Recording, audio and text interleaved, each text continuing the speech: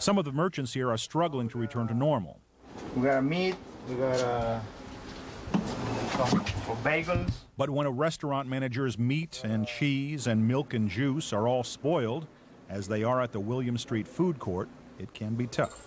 We try to clean the place, and we're gonna light, we're gonna water, so we don't know what we're gonna do now. That's the problem. Basic services are down. A reported $15 billion in communications infrastructure losses alone. Utility companies are working 24 hours a day to restore them. Most of the sidewalks and streets remain filthy, covered by ash and dust. It fills the air, a choking, visible dust. Gauges check the asbestos levels every several blocks. But still, the curiosity seekers arrive, while many of the residents leave. Their apartments no longer livable. They're using it as a staging area to clean out the rubble. After 4 days, psychologist Alan Ralph, along with his dog, has moved out. And he and his neighbors can move back, no one knows. We want to rebuild our neighborhood. We want to go back and live there. We want to get back in there to show the terrorists that we have not been displaced by them. But they have been displaced temporarily. Thousands of Manhattanites are out of their homes. I feel blessed that I'm here. I feel blessed that I have supportive friends, and see what happens. Many will return to work this week as the New York Stock Exchange reopens, but this neighborhood of high rises and high finance is far from normal. According to some reports, 15 million square feet of office space have been destroyed here, 12 million damaged. Asmat Patel's little sidewalk booth did survive. He's just about ready to sell his magazines, newspapers, and candy again, but he's worried. People scaring coming to work. But He's not sure whether Wall Street's usual pedestrians, his customers, will return in force anytime soon. Brian Cabell, CNN, New York. A reminder that New York opens in a few hours' time. The consensus seems to be that the market will be down several hundred points at the open. But there have been some encouraging signs. Many companies have announced over the weekend that they are to initiate or to step up long-standing share buyback plans. These are used by corporations to buy back their stock when the price is low. And it's often seen as a way of not only returning money to investors, but also giving a boost of confidence to the market. Some very large buybacks are planned. For instance, Fleet Boston, the bank, has said it will buy back $4 billion worth of shares. The First Data Corporation says it plans to buy back $700 million of its common stock. Same again for Siebel Systems, which is the world's biggest management software purchasing company, and they say they're going to buy back $500 million. That's the sort of confidence-building measure that people will be looking for in the market when it opens in New York. Again, around about 6 or 7 hours' time. Hong Kong and Tokyo and Singapore have been doing the business in the previous few hours. Andrew Stevens is there to bring us up to date on the Asia market trade. Andrew, how's it gone? Richard, as you say, all markets in Asia sharply lower at the close or near the close of trade today.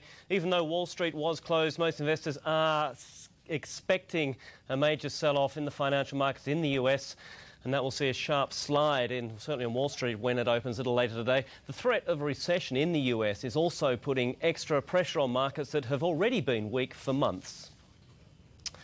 Well, Tokyo's Nikkei extending last week's 5% decline today, closing at a new 17-year low. The average fell another 5% to close just above the 9,500-point level. Seoul's Kospi Index down 2.8%, now at its lowest close since December 1998. The tech-heavy Kosdaq Index tumbling 8%, as hopes there fade for recovery in the global IT sector. Australia's S&P ASX 200 down 4.7% to a 17-month low, as investors priced in a fall of as much as 10% when New York resumes trading. Here in Hong Kong, where the market is still open, property stocks are leading the downturn. Hong Kong's dominant carrier, Cathay Pacific Airways, the worst hit among the blue chips, currently down about 11.5% with a little under 30 minutes of trade left here. Well, throughout Asia, other airline stocks also suffering sharp declines, including Korean Air and Japan Airlines. That is a wrap-up of the business news here. Richard, not surprising, all the markets are down. Back to you in London. Right, many thanks, Andrew. A quick reminder that London and Frankfurt showing small gains. It's Paris and Zurich on the European bourses that are showing losses at the moment. With many hours to go, the world will be watching Wall Street when stocks begin trading. That all happens in around 6 hours' time. Colleen, back to you at the CNN Centre in Atlanta. Richard Quest in London, thanks so much. We want to bring you up to date on the very latest news right now. A delegation from Pakistan has arrived in Kandahar, Afghanistan. It carries a simple message from Washington for the ruling Taliban. Hand over Osama bin Laden, suspected by Washington of planning the attacks, to the United States within 72 hours. No word yet on what will follow if the Taliban refuse. President Bush is back in Washington and sending out a simple message of his own. Mr. Bush urging Americans to get back to work and get on with their lives despite their grief. Meanwhile, he's set to meet Monday with advisors as he plans how to respond to the terrorism attacks. Rescue workers once again toiling well into the night to clear debris from the site of the collapsed Trade Center towers. New York Mayor Rudy Giuliani says 190 deaths are confirmed so far, but he fears that the bodies of some of the nearly 5,000 people who are missing may never be found in all that rubble. Michael? Unbelievable. Attorney General John Ashcroft says terror attacks have exposed a need for stronger surveillance laws in the United States, and that has some civil liberty activists concerned. CNN Justice correspondent Kelly Arena has more on that. The Attorney General aggressively hit the airwaves. His message? The FBI needs increased authority to protect the nation against terrorism.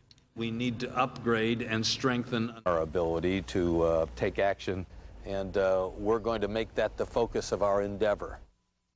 The administration is planning to present a comprehensive package of proposals which would include, among other things, expanded wiretap authority, tightening up money laundering laws, and beefing up immigration policy. We're a nation of law, a nation of civil right. We're also a nation under attack. Ashcroft telling congressional leaders in private meetings at FBI headquarters there is evidence terrorists involved in Tuesday's attacks are still in the United States, making the need for reform even more urgent. Lawmakers say they're open to change, but not at the expense of civil liberties. We'll do it within our framework of laws and our Constitution. If we don't do it within our Constitution and our laws, then in some ways they win. The Senate has already added some changes to wiretap law in a spending bill, prompting an angry response from the ACLU.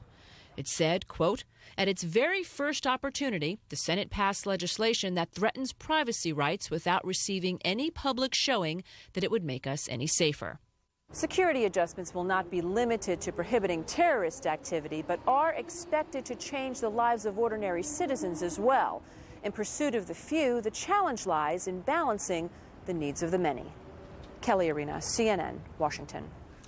The death toll at the Pentagon remains at 188 as crews continue to work around the clock there to recover the victims. Vice President Dick Cheney confirms that after the Pentagon was hit, President Bush gave the okay to shoot down any unauthorized commercial jets if they approached the White House or the Capitol.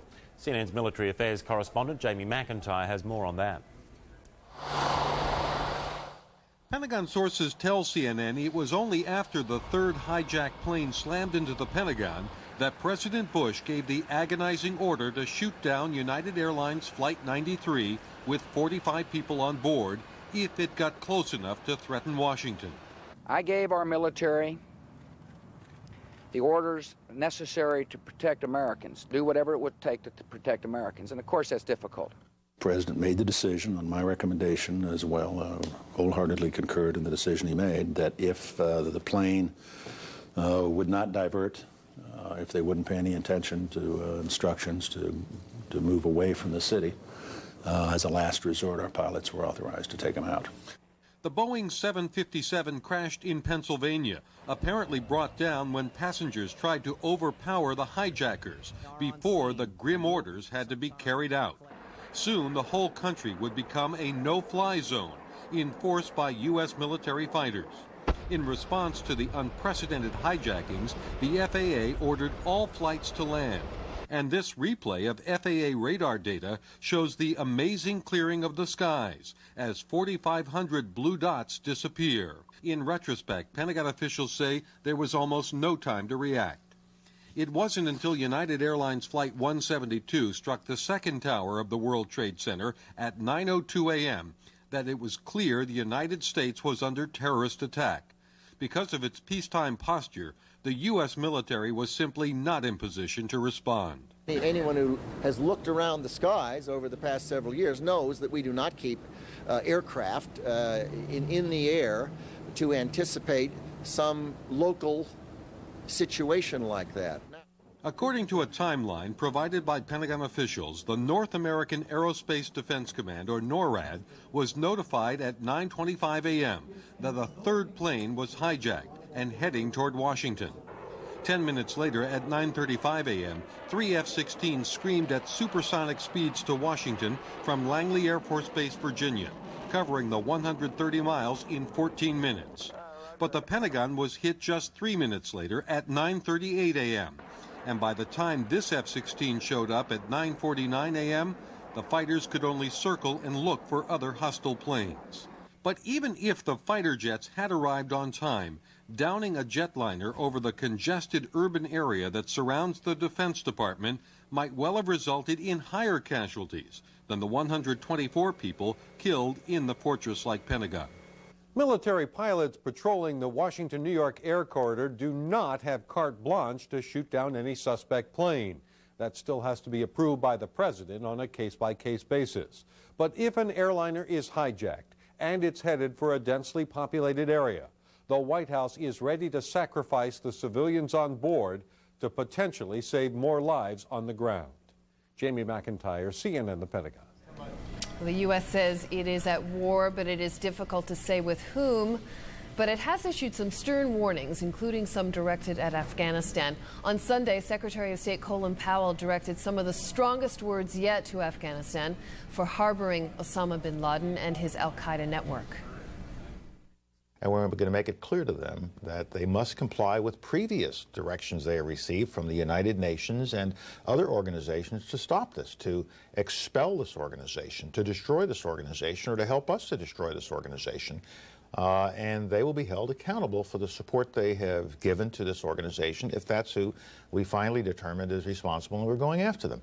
They will have to make their choice, whether they want to be in the receiving end of the full wrath of the United States and others, or whether they want to get rid of this curse that they have within their country.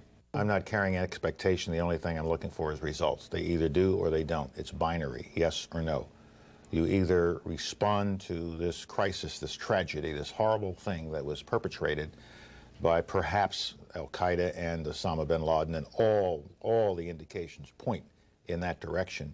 You either respond and rip them up, help us rip them up, get rid of them, or you will suffer consequences. We're probably going to be in the counterterrorism business at a very high level of intensity for as long as anyone can imagine, as long as there are people out there who are willing to do the kinds of things those terrorists did this week.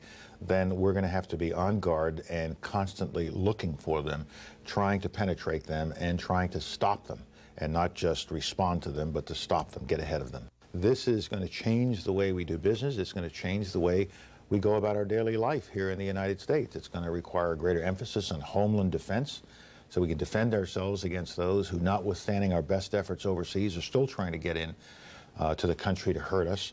And so we should see this as a long-term campaign and do apply decisive force to it. And that force isn't just military force. It's all the elements of national power that are at our disposal. U.S. Secretary of State Colin Powell talking to CNN's Wolf Blitzer on Sunday evening.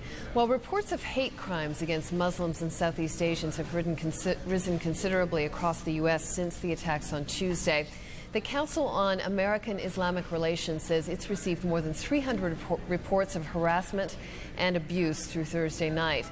That is nearly half the number it received all of last year. But worldwide, Muslim nations are adding their voice to the chorus of support to those touched by the tragedy. Egypt's foreign minister said again that the Egyptian government does condemn the attack. And Kuwait's defense minister says his country will stand by the U.S., just as the U.S. stood by Kuwait during the Gulf War. Uncertainty is fueling the pain of many family members waiting to learn the fate of their loved ones. Elizabeth Cohen reports now on their search for closure and how science may bear the final answers for them. When should hope end? When should searching turn into grieving? For the first few days after the World Trade Center explosions, Nelson Ortez was sure his brother Pablo was alive. Now he's just beginning